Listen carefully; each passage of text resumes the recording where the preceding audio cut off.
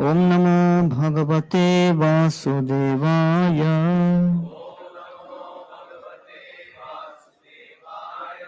ओम नमो भगवते वासुदेवाय।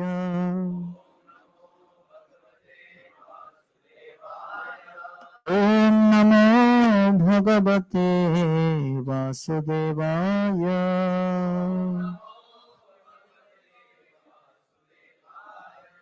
ओम अज्ञानतिमिरन्धस्य ज्ञानाञ्जनशलाकया चक्षुरुन्मिलितं येन तस्मै श्रीगुरवे नमः। नमः ओम विष्णुपादाय कृष्णप्रेष्ठाय भूतले श्रीमते भक्तिवेदांत स्वामिन् इति नामिने। नमस्ते सरस्वती देवे गौरवाणी प्रचारिणे निर्विशेष शून्यवादी पाश्चात्य देशतारिणे। जय श्री कृष्ण चैतन्य प्रभु नित्यानंद श्री अद्वैत गदाधर श्रीवासादि गौर भक्त वृंद। हरे कृष्णा कृष्णा कृष्णा हरे हरे, हरे राम राम राम हरे कृष्णा। तो श्री राधाष्टमी महामहोत्सव में सभी भक्तों का मैं हार्दिक स्वागत करता हूं। लगभग 1.5 वर्ष के पश्चात ऐसा माहौल श्रवण के लिए उत्पन्न हुआ है। इसके लिए भी मैं श्रीमती राधा रानी का बहुत आभारी हूं कि उन्होंने श्रील प्रभुपाद जैसे महान आचार्य को इस्कॉन की स्थापना के माध्यम से हम सभी को सत्संग का अवसर दिया। श्रीमती राधा रानी कौन है और उनकी महिमा क्या है? चैतन्य चरितामृत में इसका मुख्य मूलभूत वर्णन आया है। प्रेम रस निर्यास कोरिते आस्वादन, राग मार्ग लोके भक्ति कोरिते प्रचारण। भगवान 5000 वर्ष पूर्व ब्रजभूमि वृंदावन में जब लीला प्रसारण करने आते हैं तो भगवान के उन लीलाओं के पीछे 2 मुख्य कारण हैं। प्रेम का आस्वादन करना और प्रेम का प्रसारण करना। और प्रेम की परिभाषा चैतन्य चरितामृत में कहते हैं,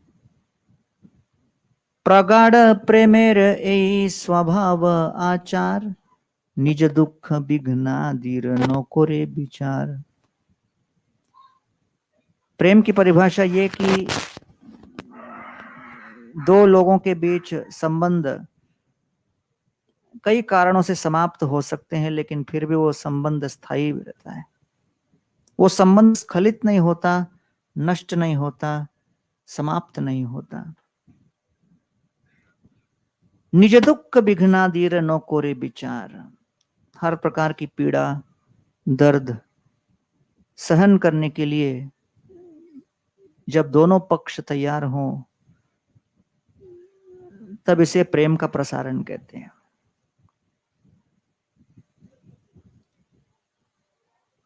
आगे कहते हैं, बहु परिश्रम चंदन रेमुना अनिला, आनंद बढ़िला मने दुख न गुणिला।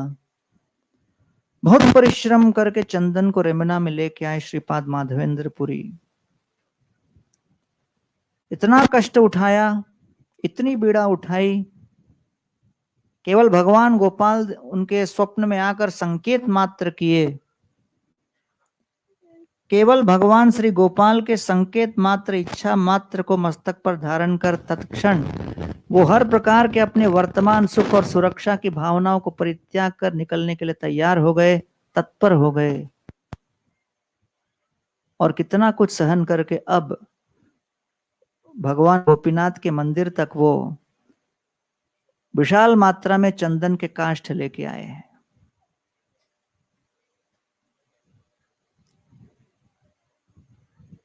तो इस श्लोक में कहते हैं, आनंद बढ़िला मने दुख न गणिला।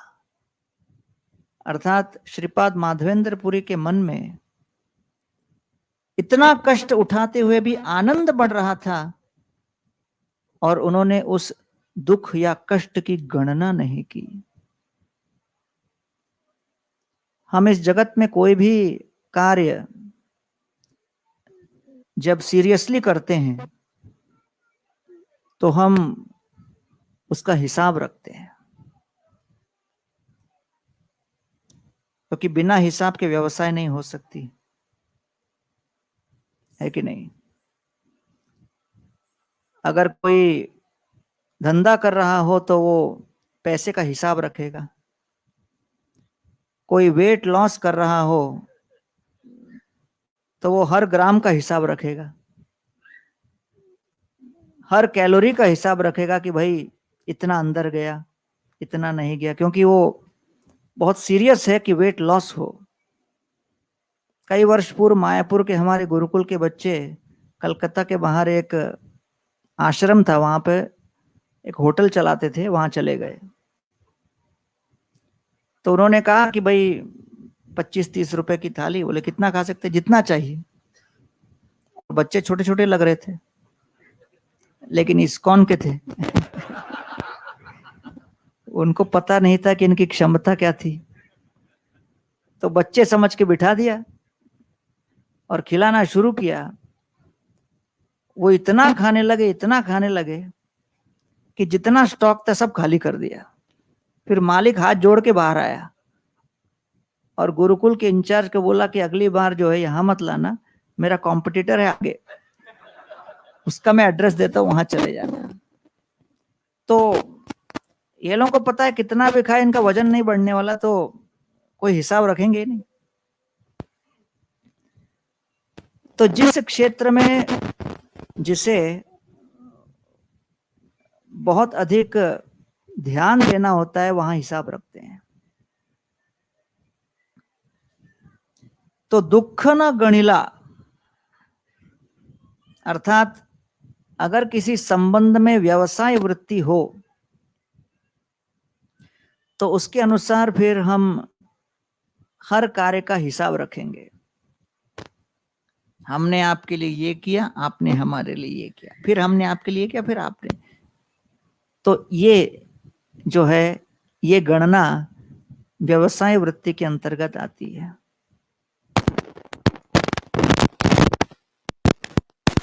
स्त्री के निद्रा के बीच अगर नन्हा सा शिशु बड़ी पीड़ा से प्रेरित होकर उच्च स्वर में आर्तनाद करे और रोने लगे, तो माँ चाहे कितनी भी गहरी नींद में क्यों न हो, उठकर उनका देखरेख करने का प्रयास। अब ये नहीं कहेगी कि मैं नाइट शिफ्ट में नहीं, क्योंकि निस्वार्थ भाव इस संबंध में शामिल है। इसलिए जहां स्वार्थ का संबंध होता है वहां पर गणना हो, और जहां निस्वार्थ भाव हो, देने का नहीं केवल देने का, वहां पर कोई गणना नहीं। इसलिए आनंद बढ़िला मने दुख न।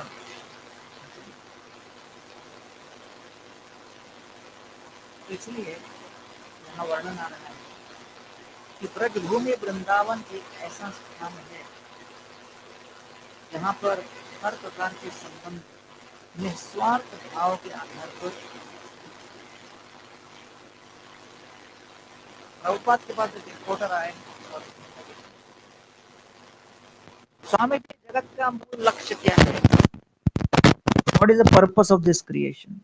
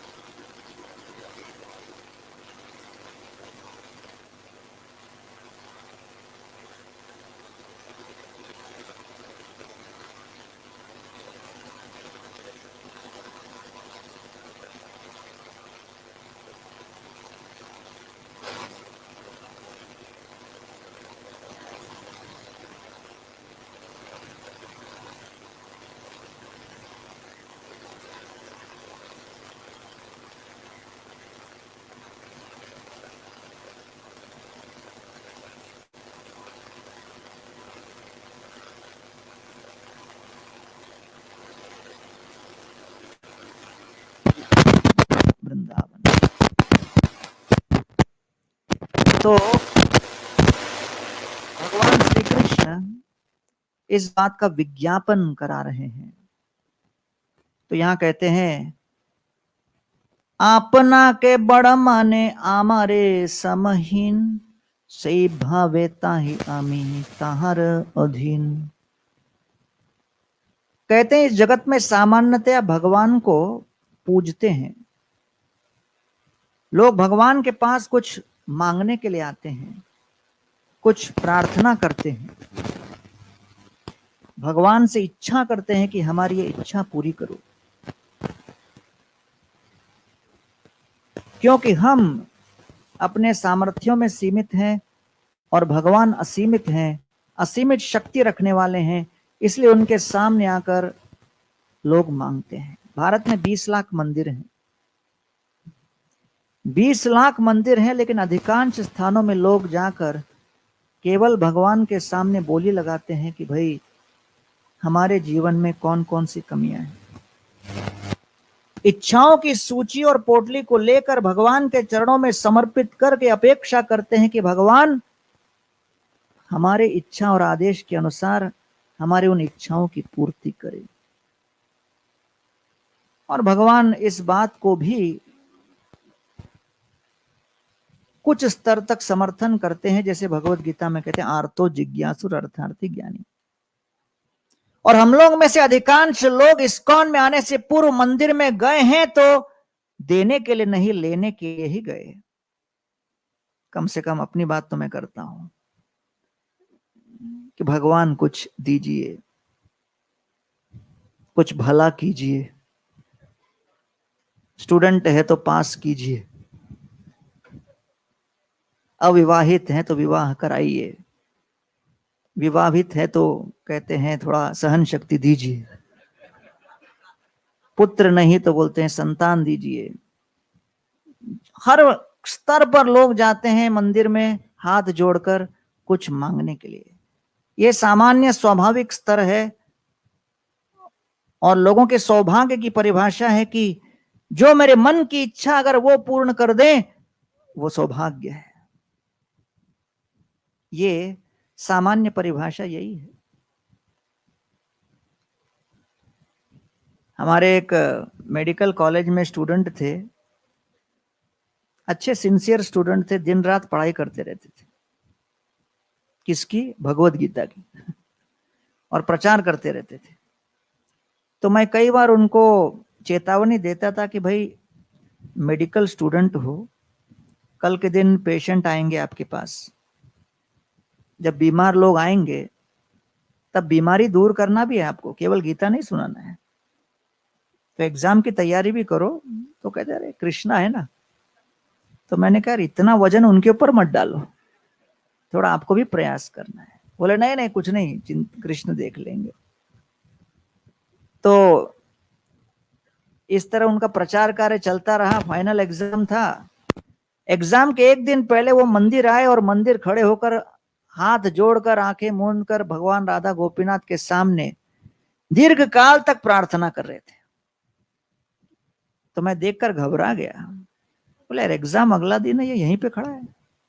मैंने पूछा कि भाई बड़ी लंबी प्रार्थना की, क्या मांगा? वो कहता भगवान को मैंने कहा कि देखिए हमारे कॉलेज में इस्कॉन का भविष्य अभी आपके हाथ में है। अगर मैं पास हुआ लोग इस्कॉन में आएंगे, फेल हुआ देख लो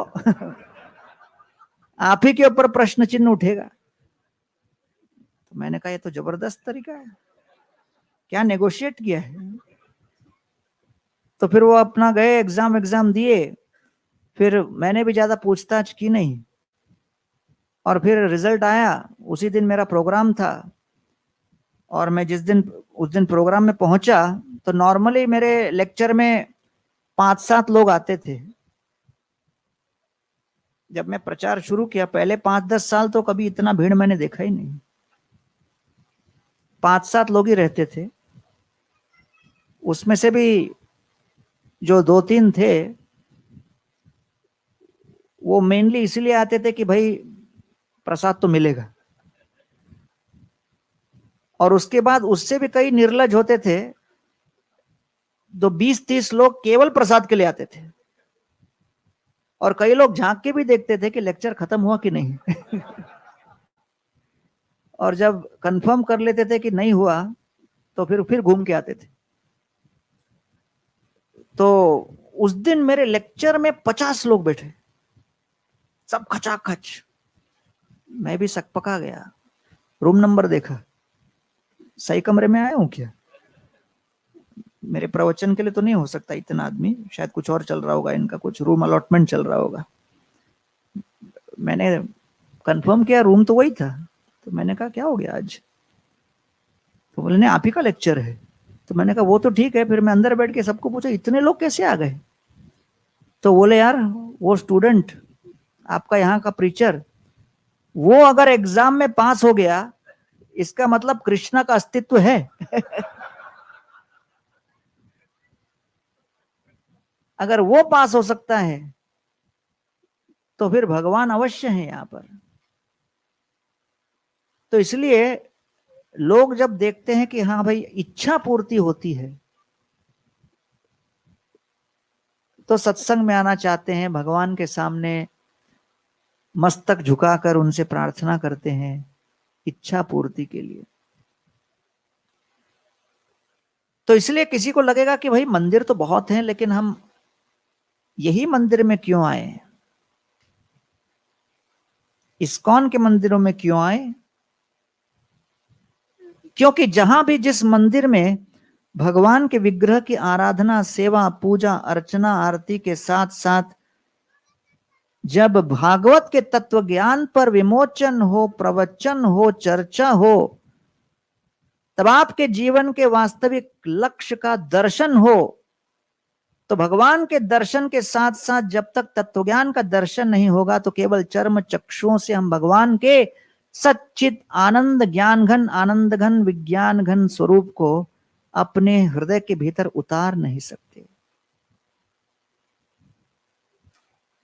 तो इसलिए जब सत्संग में हम कथा सुनते हैं, तो उस कथा के माध्यम से भगवान के प्रति इतिहास में किन लोगों ने किस प्रकार प्रेम व्यक्त किया, और वो प्रेम क्या है, और वो प्रेम व्यापार से कैसे अलग है। इसलिए वो प्यार है, व्यापार नहीं। और वो क्या है, वो हम विभिन्न संतों के इतिहास से जब सुनते हैं तब समझ में आता है कि सौभाग्य की परिभाषा ये नहीं कि मैं अपनी इच्छा व्यक्त करूं और पूर्ण हो जाए। सौभाग्य की परिभाषा ये है कि मैं भगवान की इच्छा के साथ अपनी इच्छा को किसी भी परिस्थिति में मिला सकूं, क्योंकि जीवन का अंतिम क्षण मृत्यु मेरी अनुमति के साथ नहीं होने वाला। वो उनके अनुसार जिस क्षण होगा, उस क्षण में मैं क्या तैयार रहूंगा अपने मन में उस क्षण को स्वीकार करने। इस बात की चुनौती भगवान हमको क्षण क्षण दे रहे हैं। तो इसलिए जीवन पर्यंत हमारे जीवन में जितनी विकट विपरीत विपत्तियां, परिस्थितियां आए, वो परीक्षा है, हमारी अंतिम परीक्षा के लिए।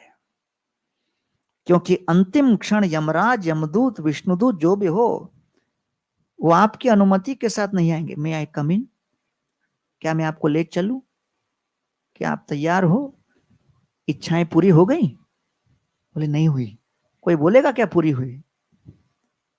तो अंतिम क्षण ठोकर मारकर इस आत्मा को शरीर से उठाकर लेके जाते हैं जिस गंतव्य पर, बिना अनुमति के, हमारी इच्छा के विपरीत, हमारी अपेक्षा के बाहर, सीमा पार दर्द हमें देते हुए, पीड़ा का ठोकर मारते हुए। इसलिए भगवान व्यवस्था करते हैं कि भाई अंतिम क्षण में जो 65,000 बिच्छुओं के डंक का जो दर्द होने वाला है, उस दर्द के बीचों बीच भगवान का स्मरण करने का अभ्यास करना हो तो जीवन भर मार खाने की आदत डालो। और इसलिए जब भागवत सुनते हैं तब समझ में आता है कि भागवत के श्रोता महाराज परीक्षित इतने बड़े अद्वितीय नरेश होते हुए भी अचानक यौवन संपन्न अवस्था में मृत्यु के घाट उतार दिए गए। तो इसलिए श्रीमती राधा रानी भगवान श्री कृष्ण की सेवा में प्रेरित वो इस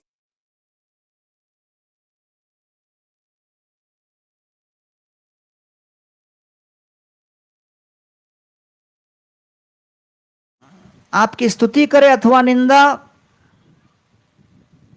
ब्रजभूमि वृंदावन में श्रीमती राधा रानी को हर प्रकार की परिस्थितियों का सामना करना पड़ा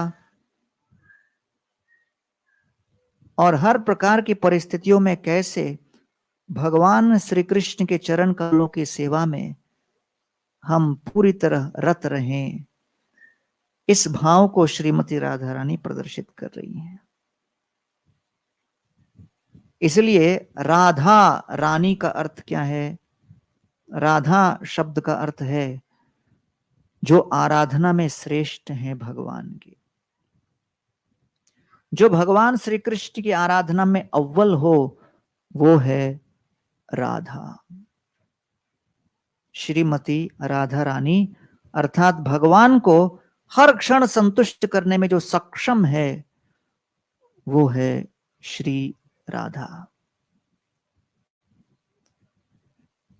तो भगवान श्री कृष्ण ब्रजभूमि वृंदावन में लीला प्रसारण कर रहे हैं और उनके इस लीलाओं में श्रीमती राधा रानी सहायक बनकर उनके उल्लास को बढ़ा रही हैं। ब्रजभूमि में भगवान श्री कृष्ण केवल 11 वर्ष थे और 100 वर्ष दूर रहे, लेकिन श्रीमती राधा रानी उन 100 वर्षों में भगवान श्री कृष्ण की सेवा करते हुए, उनके विरह के ताप में तड़पते हुए उनका निरंतर स्मरण कर रही थी, सेवा कर रही थी। इसलिए आज जब हम राधाष्टमी महामहोत्सव मना रहे हैं तो इस भाव के साथ कि ये भौतिक जीवन क्षण भंगुर है, किसी भी क्षण ये मानव जीवन समाप्त हो सकता है, किसी भी क्षण मृत्यु आ सकती है, लेकिन हमें तैयार रहना है कि उस क्षण हम भगवान की सेवा के लिए तत्पर रहें। इसीलिए श्रीमती राधा रानी को प्रतिदिन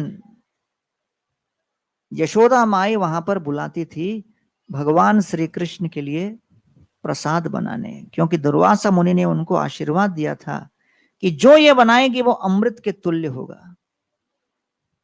और श्रीमती राधा रानी भगवान श्री कृष्ण के लिए प्रतिदिन एक अलग आइटम बनाती है, एक भी बार कुछ रिपीट नहीं करती। और यशोदा माई विशेष रूप से राधा रानी को इसीलिए बुलाती है पावन सरोवर में। 108 या 1008 उनकी सिगड़ियां हैं और उसके ऊपर वो एक साथ बनाती हैं केवल कृष्ण के संतोष के लिए। इतनी सेवा की, इतना प्रसन्न किया,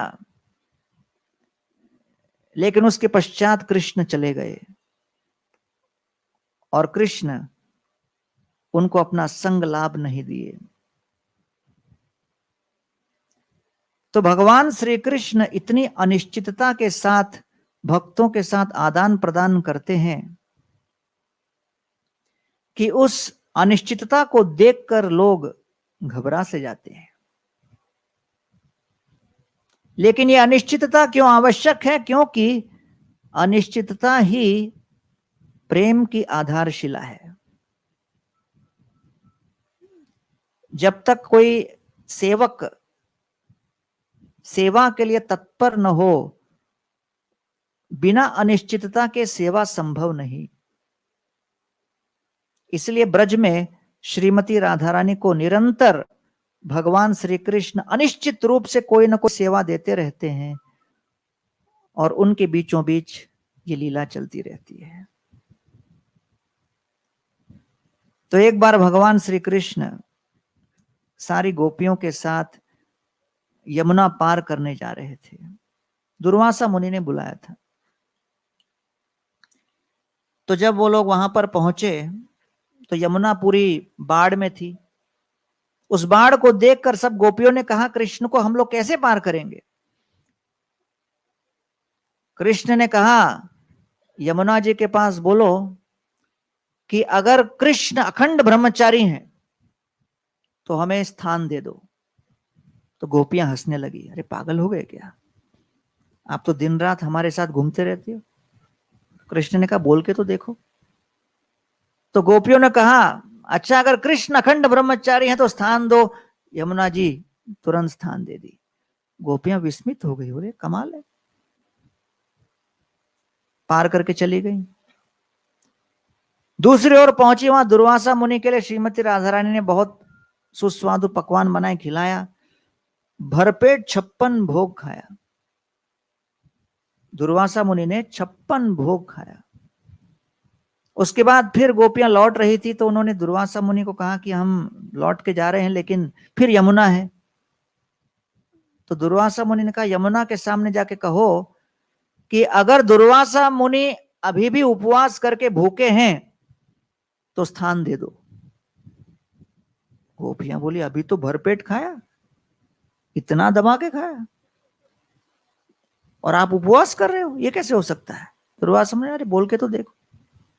तो उन्होंने कह दिया यमुना जी के सामने, यमुना जी अगर दुर्वासा मुनि अभी भी फास्टिंग कर रहे हैं तो स्थान दीजिए। यमुना देवी ने स्थान दे दिया। चौंक गए, यार ये क्या हो रहा है।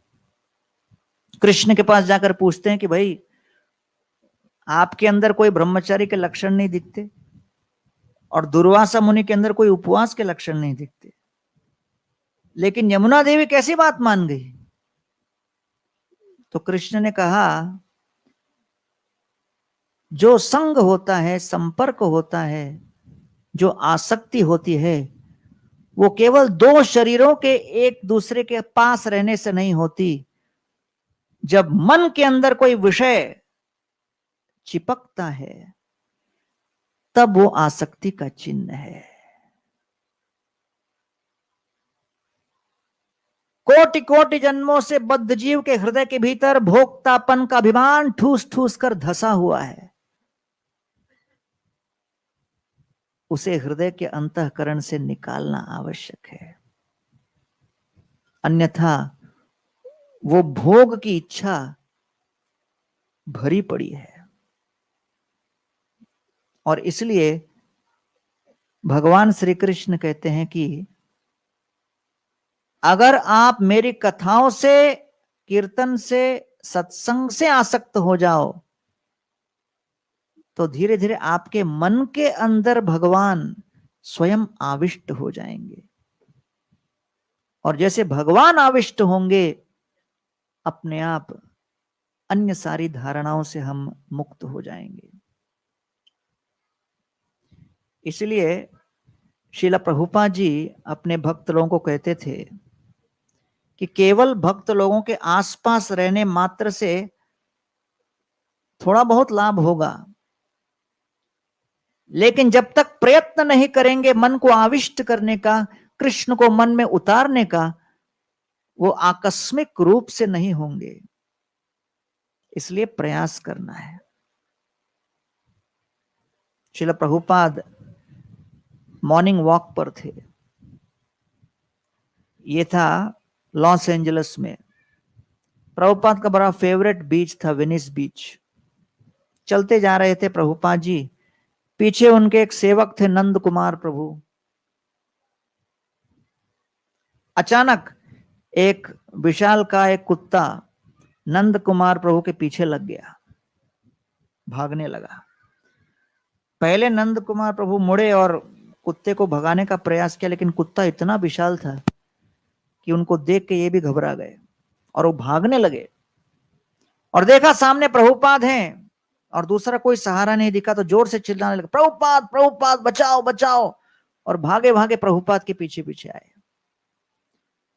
प्रभुपाद ने मुड़ के देखे, बड़ा विचित्र दृश्य। नंद कुमार दास भाग रहे हैं, पीछे कुत्ता भाग रहा है और नंद कुमार दास का धोती उधर उधर उड़ रहा है।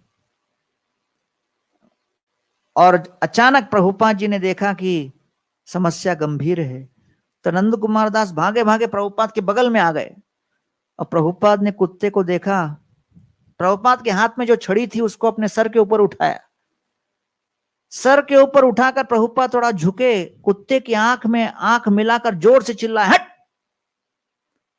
अब अमेरिकी कुत्ते ने कभी देसी गाली सुनी नहीं थी, उसको तो बड़ा प्रेम से पाल के बड़ा किया था। इतना जोर से चिल्लाए, वो कुत्ता घबरा गया, दुम दबा के वहीं बैठ गया।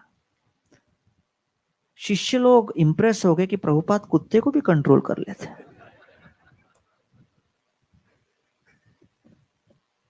फिर प्रभुपाद जी जयपुर में आए और वहां पर राधा गोविंद मंदिर में थे, तब यही नंद कुमार प्रभु प्रभुपाद के लिए रोटी बना रहे थे, तभी अचानक एक बंदर अंदर आया। उस बंदर को देख के इनको वही याद आया, तो हाथ में बेलन था, बेलन उठाकर बंदर को देख के बोला, हट। बंदर एक बर्तन उठाया, दे मारा उसको। वो भागे भागे प्रभुपाद के पास आए, बोले मैंने तो वही फॉर्मूला अपनाया लेकिन वो काम नहीं किया। प्रभुपाद ने कहा, तुमने बाहर से देखा लेकिन अंदर नहीं उतारा। तो केवल किसी को बाहर से भक्ति करते हुए देखकर हमको लगेगा हम भी ऐसे करेंगे सब हो जाएगा। प्रश्न उठता है कि मन में क्या है, मन में कौन है। और इसीलिए श्रीमती राधा रानी को यहां कहते हैं, अनयाराधितो नूनम भगवान हरिश्वर।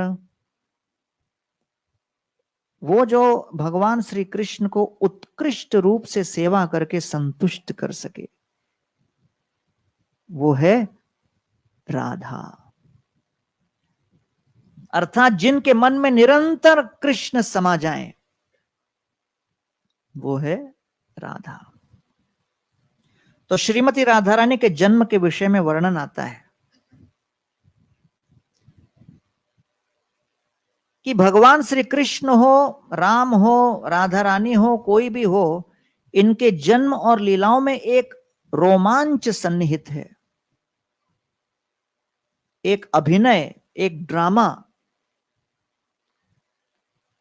क्योंकि हम उन्हीं विषय वस्तुओं के प्रति आकर्षित होते हैं जिसके अंदर कुछ रोमांच हो। ऐसा सिंपल नॉर्मल कोई बात हो, वो न्यूज कैरी नहीं करेगा और लोग उसमें इंटरेस्ट भी नहीं लेंगे, है कि नहीं। तो इसलिए कृष्ण की लीलाओं में रोमांच है। रावण की हत्या हुई लेकिन बहुत ड्रामा के बाद वानर सेना आए, हनुमान जी छलांग लगाए, प्रभु रामचंद्र वानरों को लेके घूम रहे हैं। सोचो आज कोई कंपनी का सीईओ साथ में 2-4 बंदर लेके जाए बोर्ड मीटिंग में, बंदरों को टाई लगा के, चलो भाई तू भी चल हमारे साथ। अब राम लेके गए तो क्या हुआ, हम भी लेके जाएंगे।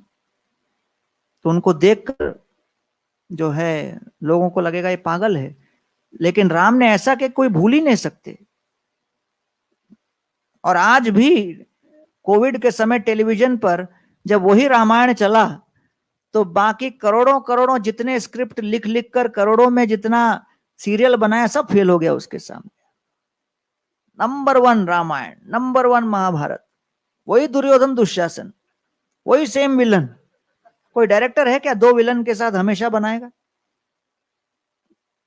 वही हीरो, वही विलन, वही हीरोइन चल रहा है अभी भी, क्योंकि भगवान उसके अंदर ड्रामा लेके आते हैं, है कि नहीं। तभी जाकर लोग सुनेंगे कथा। ये थोड़ी कि भाई दुर्योधन दुशासन ने अर्जुन को भोजन पे बुलाया, वरन भात खिलाया, हलवा भी खिलाया, फिर वो चले गए, फिर अर्जुन जाके सो गए, फिर उठे, फिर कृष्ण के साथ गए और मंदिर में आरती अटेंड करके आ गए। फिर अगले दिन मंगल आरती में गए। अब लोग बोलेंगे यार कुछ कुछ तो बताओ। अरे बता रहे हैं और क्या। तो हर रोज का जो वृत्तांत थोड़ी बताते हैं वहां पर, कुछ रोमांचक होता है। द्रौपदी का वस्त्र हरण हुआ और फिर शकुनी ने क्या पासा के साथ क्या क्या किया था उसमें। हाँ भाई, अब इसमें कुछ मजा आ रहा है, ड्रामा। तो इसलिए भगवान भी चाहे तो सीधा उतर सकते थे, प्रकट हो सकते थे। बिना प्रकट हुए ही कंस का हार्ट अटैक करा देते, कंस खड़े खड़े गिर जाता। लेकिन फिर हम आकर बैठकर कथा नहीं सुनते। तो इसलिए भगवान ने भी अपना इस तरह से विचार बनाया है कि भाई हम कोई लीला करेंगे तो उसके अंदर रोमांच होगा, लोग आकर्षित होंगे, है कि नहीं। स्तंभ के भीतर से नरसिंह प्रकट होंगे, तब वो कुछ अलग लगता है। तो वैसे ही श्रीमती राधा रानी का प्राकट्य ड्रामा के साथ जुड़ा हुआ है।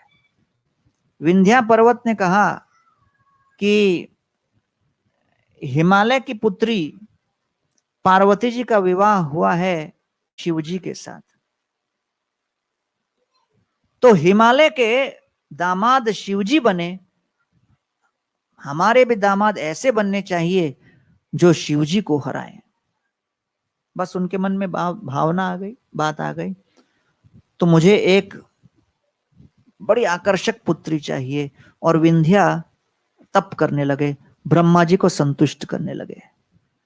भीषण तपस्या के बाद ब्रह्मा जी उनके सामने प्रकट हुए। बोले क्या इच्छा करते हो? बोले मुझे एक ऐसी पुत्री चाहिए जिसका पति शिवजी को पराजित करे। ब्रह्मा जी ने कहा तथास्तु। तथास्तु कहने के बाद विचार करने लगे, कह रहे भाई तथास्तु तो कह दिया, लेकिन शिवजी को पराजित करने वाला कौन मिलेगा? और ब्रह्मा जी को यह बात भी पता था कि पहले भी उन्होंने वरदान दिया था जब हिरण्यकशिपु को। उसके बाद नरसिंहदेव ने आके उनको फीडबैक दिया था कि आगे वरदान देने के पहले थोड़ा विचार कर लेना, नहीं तो पूरे ब्रह्मांड को समस्या में डाल देते हो आप। तो अब सोचने लगे कैसे होगा कैसे होगा। तब फिर वो श्रीमती राधा रानी से ही प्रार्थना करने लगे और श्रीमती राधा रानी प्रकट होकर बोली कोई बात नहीं, मैं उनकी पुत्री के रूप में प्रकट हो जाऊंगी।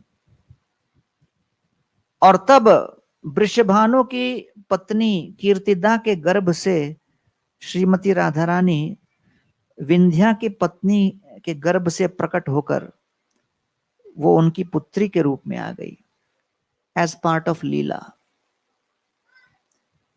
अब आपको पता ही है जब वसुदेव और देवकी का विवाह हुआ उस दिन कंस उनको रथ पर आरूढ़ कर कर लेके जा रहे थे।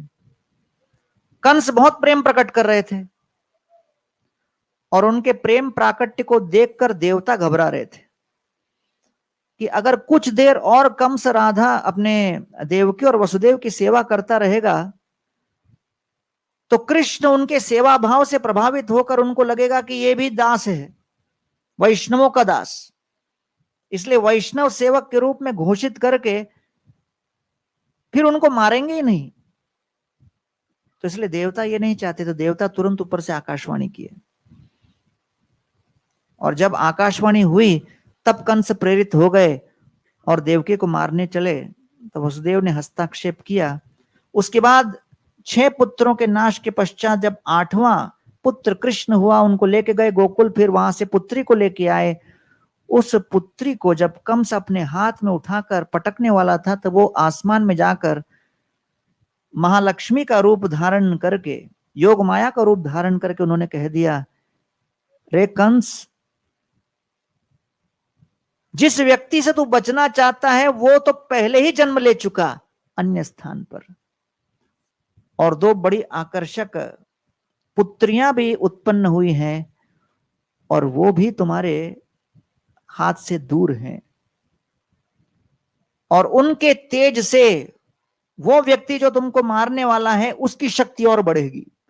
तो कंस ने तुरंत पूतना को बुलाया और कहा कि भाई जितने यहां पर संतान उत्पन्न हुए हैं पुरुष और स्त्री, सबको उठा के लेके आओ और समाप्त करो। तो पूतना गई ढूंढते हुए, और तब उनकी दृष्टि पड़ी ये दो पुत्रियों पर। एक थी राधा रानी, दूसरी थी चंद्रावली।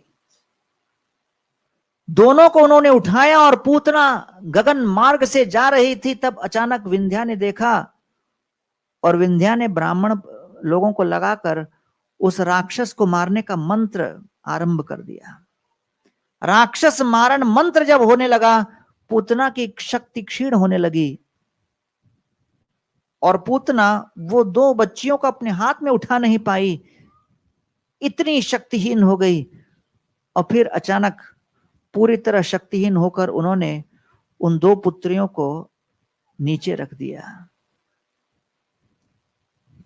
और उस समय वृषभानु महाराज वहां पर आए और वो श्रीमती राधा रानी को अपने घर पर लेके गए। तो इस प्रकार श्रीमती राधा रानी वृषभानु पुत्री के रूप में प्रकट हुई। ये एक कथा ब्रज में वर्णन किया जाता है, जो कि ललित माधव में श्रील रूप गोस्वामी पाद ने वर्णन किया है।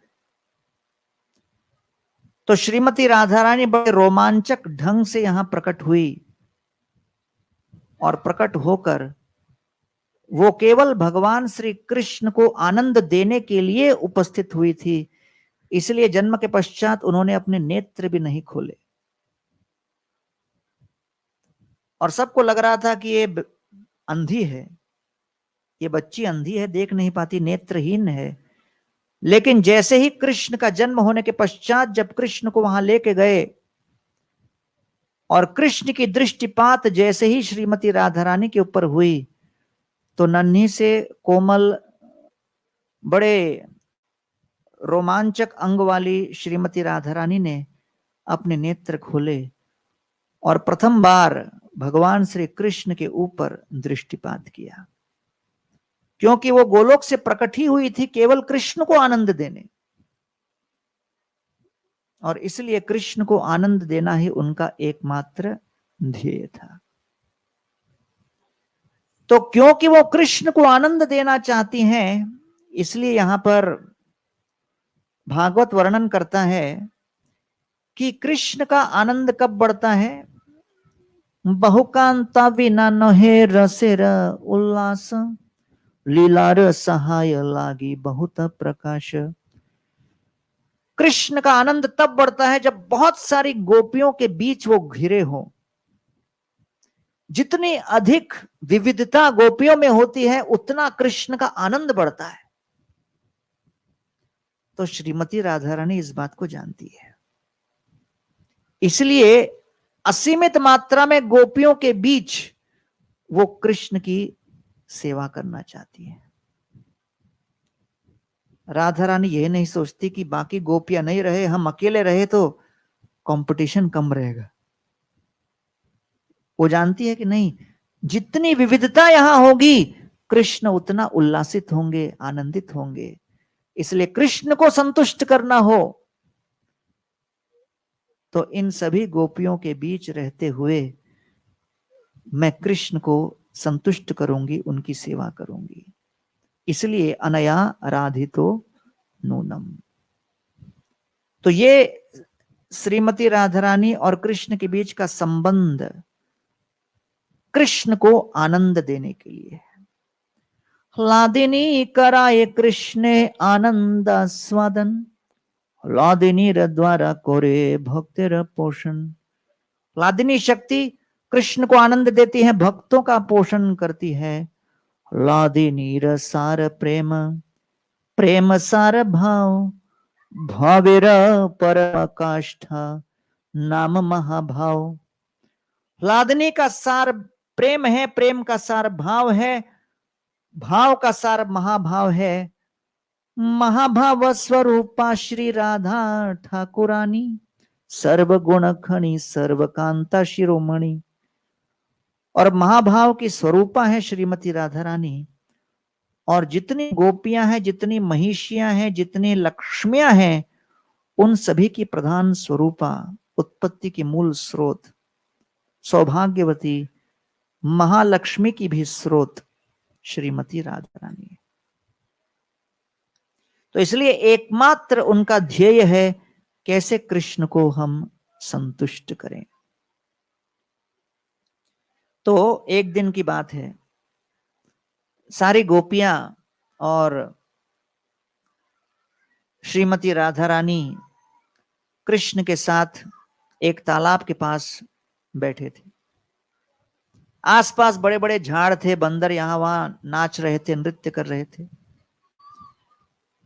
उस तालाब को देखकर, वृक्ष के उछलते हुए बंदरों को देखकर ललिता देवी ने कहा कि अरे, इस दृश्य को देखकर मुझे याद आ रहा है, मैंने कथा सुनी कि पूर्व काल में त्रेता युग में रावण हुए और रावण का वध करने के लिए रामचंद्र जी वानर सेना के साथ लंका पर चढ़ाई किए और तब रामचंद्र जी विजयी हुए।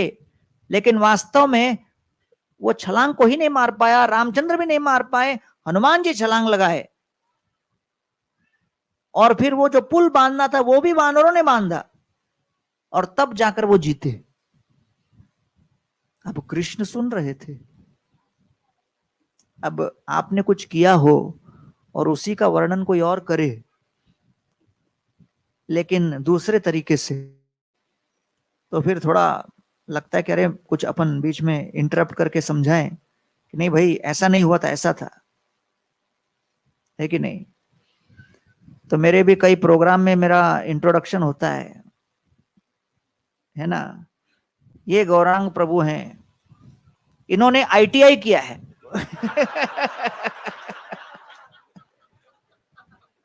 भारी सभा में ऐसा 500-600 लोग बैठे हैं और ये आईटीआई में गोल्ड मेडलिस्ट है। मैंने कहा यार, अब मैं बोलूं कि नहीं बोलूं। नहीं, ठीक, सुनते रहते हैं। तो ललिता बोले जा रही है कि अरे वानरों ने किया, वानरों ने किया। कृष्ण कह रहे वानरों ने किया, मैंने कुछ नहीं किया। फिर कृष्ण चिल्लाए, अरे मैं ही वो रघुनाथ हूं, वो राम मैं ही हूं, समझे क्या। मैं ही उस चढ़ाई के पीछे मूल कारण था, मैंने रावण का वध किया, समझो। सारी गोपियां हंसने लगी। ललिता देवी राधा रानी को देखकर हंसते हंसते बोली, देखो क्या बोल रहा है, ये रघुनाथ है। अरे नंद महाराज का पुत्र है, नंदनंदन। वो रामचंद्र तो केवल एकमात्र सीता को पत्नी के रूप में घूमकर एक पत्नी व्रत थे। ये तो हम लोगों के साथ घूमता रहता है और कहता है राम है। तब कृष्ण ने कहा, देखो मैं ही वो राम हूं, पता है क्या, अब चाहे तो मैं भी पुल बांध सकता हूं।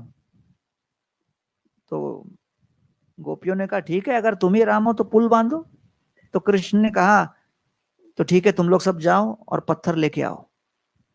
तो ललिता ने कहा, हम क्यों लाए, रामलीला में वानर लेके आए थे, तो ये सब घूम रहे यहां वहां, इन वानरों को बोलो। तो कृष्ण उन वानरों को देख के संकेत किए और सारे वानर जुट गए।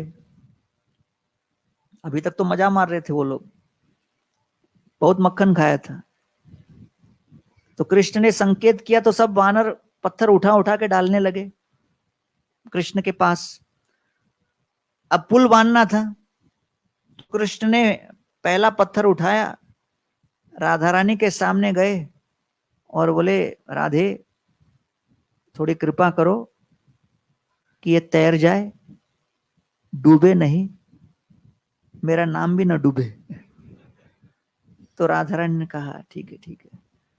तो उनकी कृपा से फिर कृष्ण ने पत्थर डाला, तैर गया। फिर दूसरा पत्थर डाला, वो भी तैर गया। और फिर पूरा जब पुल बन गया, कृष्ण उस पार चले गए। उस पार गए तो ललिता बोलती, अरे ऐसे बहुत मायावी जादूगर मैंने देखे हैं, मंत्र तंत्र करके क्या क्या कर लेते हैं, हमने भी बहुत देखा ये सब ट्रिक। इसका मतलब ये नहीं कि तुम राम हो, तुम हो ही नहीं। तो इस प्रकार सारी गोपियां ठहाका मार मार कर हंसने लगी। तो इसलिए यहां पर कहते हैं कि श्रीमती राधा रानी भगवान श्री कृष्ण के सभी लीलाओं के आस्वादन का वो कारण बनती है। तो मानसी गंगा में एक बार कृष्ण एक नाविक का रूप धारण करके गोपियों को साथ लेके नौका में रखकर पार कर रहे थे। नौका विहार लीला। तो उस समय कृष्ण नाविक बन गए थे, वेश बदल दिए। तो गोपियां उसमें आ गई और फिर चढ़कर जब जाने लगी तो अचानक जब नाव बीच में पहुंचा तो लोग बोले, कृष्ण रुक गए, बोले आगे नहीं जा सकते। बोले क्या हो गया? बहुत वजन है, नाव में वजन बहुत है, थोड़ा कुछ वजन हल्का करना पड़ेगा। गोपिया बोली क्या हल्का करें? बोले आप लोग का ये जो दही दूध मक्खन वगैरह है, थोड़ा थोड़ा डालो, पटको इसको, तब वजन हल्का होगा। तो उसको पटक दिए। फिर वो आगे बढ़े, फिर बोले अब क्या हो गया? बोले अभी भी वजन है, तो अब क्या करें? वो थोड़ा गहना उठा के डालो। तो गहना भी उठा के डाल दिए। फिर आगे गए, फिर रुक गए। बोले क्या हो गया? बोले अभी भी प्रॉब्लम है। बोले क्या? मैं थक गया हूं। तो बोले अच्छा तुम थक गए तो हम क्या करें? हम यहां लेटेंगे और हमारा मालिश करो। गोपिया बोले उठा के तुमको पटक देंगे। और तब अचानक वहां पर तूफान आ गया और ऐसा लगा कि ऊपर से मूसलाधार वर्षा होने वाली है, और भयंकर तूफान के कारण वो नाव हिलने लगा और इतना जोर से वो आंदोलित हुआ कि राधा रानी हिल गए और सीधा उन्होंने नाविक को गले से पकड़ा और दूसरा हाथ उनका लगा तो उनके वक्षस्थल के नीचे, और वहां से कृष्ण की बांसुरी निकली। बोले अरे नाविक कहीं के, अरे तुम तो वही हो नंद नंदन। तो इस प्रकार कृष्ण के नौका विहार लीला ब्रज में बहुत प्रसिद्ध है, और ये लीलाओं के माध्यम से वो भक्तों के हृदय को हरने का प्रयास करते हैं। अब ब्रज में एक और एक डायमेंशन कृष्ण लाते हैं कि राधा रानी का विवाह करा देते हैं अभिमन्यु के साथ, जो कि कृष्ण के ही विस्तारित रूप। अब अभिमन्यु कृष्ण के विस्तारित रूप हैं, लेकिन वो राधिका रानी के पति के रूप में आते हैं। और तब उस अभिमन्यु की मां का नाम है जटिला और अभिमन्यु की बहन का नाम है कुटिला। तो भगवान पूरा ये ड्रामा को और बढ़ाते हैं कि भाई ब्रज में सब कुछ, सारे डायमेंशन हो जो कोई भी परिवार में हो। तो फिर एक दिन की बात है, अभिमन्यु घर से बाहर जब जाते हैं तो कृष्ण अभिमन्यु का वेश धारण करके वहां पर पहुंच जाते हैं। तो अभिमन्यु को देखकर जटिला बोलती है अरे तुम वापस आ गए, अभी तो गए थे। तो बोले नहीं नहीं मुझे कुछ काम था, मैं आ गया, मैं राधा रानी के पास मिलने आया हूं। तो राधा रानी के पास कृष्ण अभिमन्यु के वेश में आकर बैठ गए। अब कुछ समय के बाद असली अभिमन्यु लौट के आए। उनको देखकर जटिला देखती है और बोलती है अरे अभी तो तुम आए थे, ये कौन है? तुम लगता है फ्रॉड हो। और हाथ में झाड़ू लेकर मारने लगी। उसने बोला अरे मैं ही अभिमन्यु हूं। बोले अरे वो कौन था? नहीं नहीं तुम झूठे हो। तो बहुत समय के बाद मालूम पड़ा कि नहीं वास्तव में वही अभिमन्यु है। तो अंदर भागी भागी गई। तब तुरंत उसी क्षण कृष्ण वहां से भागे और खिड़की से छलांग लगा के भागते हुए दिखे। तो तुरंत सब लोग चिल्लाने लगे अरे पकड़ो पकड़ो पकड़ो कृष्ण को। लेकिन कृष्ण तो तब तक भाग चुके थे। राधा ने बोला कृष्ण थे क्या? राधा ने कुछ बोली नहीं। तो सब बोले ढूंढो यहां पर कुछ तो उसका पड़ा रहेगा। तब देखा बिस्तर पर कृष्ण का बांसुरी पड़ा था। तो उस बांसुरी को उठा ले, बोले देखो कृष्ण यहां पर थे। तो वहां पर पौर्णमासिया के हंसने लगे, अरे केवल बांसुरी को देख के बोले कृष्ण यहां पर थे, कैसे कह सकते? अरे बांसुरी और किसका होता है? पौर्णमासी बोले जाके अपने कमरे में देखो।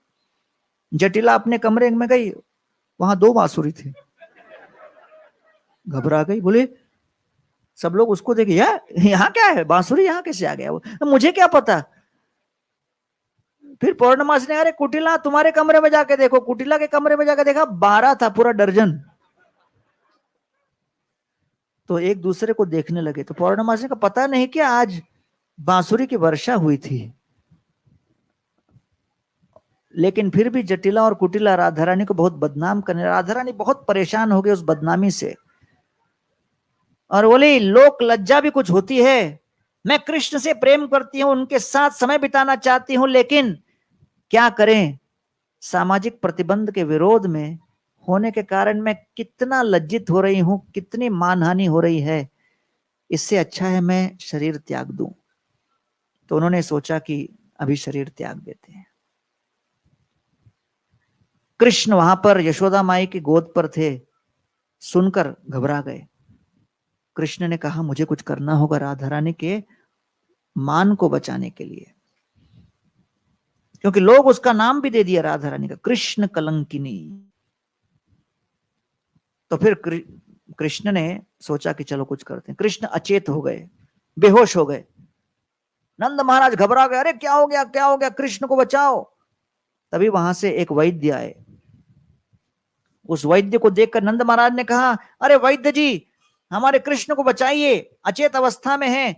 वैद्य जी ने कृष्ण की नाड़ी देखी, बोले बहुत गंभीर समस्या है, बचना बहुत मुश्किल है। अरे नहीं, कुछ कुछ तो कीजिए, एक बहुत ही चमत्कारी दवा काम आएगी। बोले क्या? यमुना का जल लाना है। यमुना का जल? वो तो अभी लाते, चमत्कारी क्या है? बाल्टी में लाना। अरे हाँ बाल्टी में लाएंगे, बाल्टी में 1000 छेद होंगे, उसमें लाना है।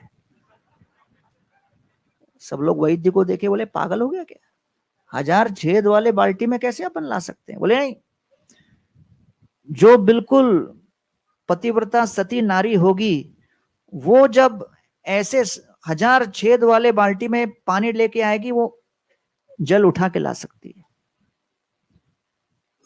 तो यशोदा माई तुरंत बोलती है तो मैं जाती हूं। उसने कहा नहीं नहीं, मदर डिस्क्वालिफाइड, मां जो है वो अलाउड नहीं है।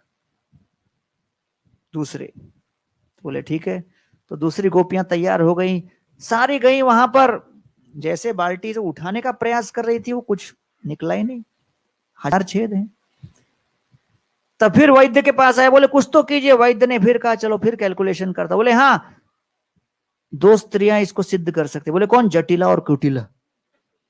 तो उनको समाचार मिला तो बड़ी प्रसन्न हो गए कि भाई हमारा भी भाव बढ़ गया, सती हैं। तो दोनों पहुंच गए। तो कुटिला ने कहा अपनी मां को, आप क्यों चिंता करते हो, मैं जाती हूं।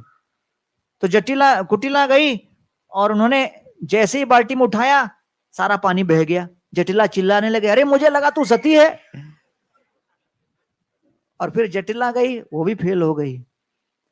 तो फिर अंत में वो वैद्य ने घोषणा की, अब एक ही सहारा रह गया है, पूरे ब्रज में एक ही ऐसी नारी है जो बड़ी सती है, वो है श्रीमती राधा रानी। तो श्रीमती राधा रानी के पास यशोदा माई भागी और बोले कृपा करके आओ, आपको कृष्ण को बचाना है, केवल सती नारी कर सकती है। राधा रानी ने कहा अरे बहुत बदनामी हो चुकी है और मुझे कंट्रोवर्सी नहीं है। बोले नहीं नहीं, घोषणा हुई, अरे पहले भी बहुत घोषणा हो चुकी है, मुझे छोड़ दो। बोले नहीं, अगर आप नहीं आओगे तो कृष्ण का क्या होगा, वो कैसे बचेंगे? तो बहुत उलाहना करने के बाद फिर राधा रानी आई और सबके कहने पर वो गई और 1000 छिद्र वाले उस बाल्टी को जैसे ही श्रीमती राधा रानी ने उठाया, पानी का एक बूंद नीचे नहीं टपका और राधा रानी उस जल को लेके आकर कृष्ण के ऊपर प्रक्षालन करने पर कृष्ण तुरंत चेतना प्राप्त कर गए और वो वैद्य वहां से गायब हो गया, क्योंकि वो वैद्य ही कृष्ण थे।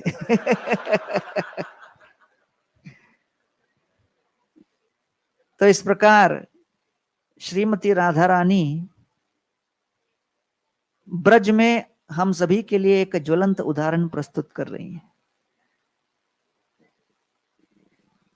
चाहे स्तुति हो या निंदा हो, चाहे स्वीकृति हो अस्वीकृति हो, हर परिवेश हर परिस्थिति में कृष्ण की सेवा को ही सर्वोपरि मानकर सेवा करते रहिए और ऐसी सेवा की क्षमता और सामर्थ्य की याचना हम श्रीमती राधा रानी के दरबार में जाकर एक भिक्षुक बनकर उनके चरणों के रज में चूमते हुए लौटते हुए प्रार्थना करते हुए आज इस श्री राधाष्टमी के महोत्सव में उनके समक्ष अपने इस आर्त व्यथा को प्रस्तुत करते हैं।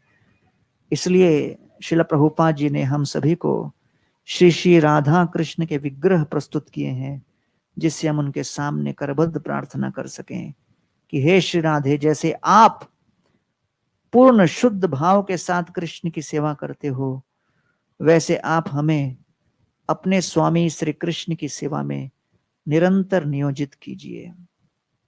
सेवा में कई बाधाएं आएंगी, कई अड़चन आएंगे, लेकिन इन बाधाओं के ऊपर हम विजय कैसे प्राप्त करें? जब हम इतिहास में ऐसे वैष्णवों की सेवा की कथाओं को सुनते हैं, उन कथाओं का श्रवण करके हमारा मनोबल बढ़ता है और विभिन्न प्रकार के उत्पत्ति, विभिन्न प्रकार की आपत्ति और विभिन्न प्रकार के चुनौतियों के ऊपर विजय प्राप्त करने की क्षमता प्राप्त होती है। इसलिए मंदिरों में कथा का आयोजन होता है, जिससे हम न केवल भगवान का दर्शन करें, लेकिन शास्त्र के उन महान आचार विभूतियों का दर्शन करें, जिनकी प्रेरणा से हम अपने भक्ति के मार्ग में अग्रसर हो सकते हैं। आप सभी आज राधाष्टमी महोत्सव में यहाँ उपस्थित हुए, आप सभी को बहुत बहुत धन्यवाद और आशा है कि आप श्रीमती राधा रानी की कृपा की याचना करते हुए अपने भक्ति के जीवन में दिन दूनी रात चौगुनी प्रगति करें। इन आशीर्वचनों के साथ आज की कथा को मैं यही विराम देता हूँ। बहुत बहुत धन्यवाद। हरे कृष्ण।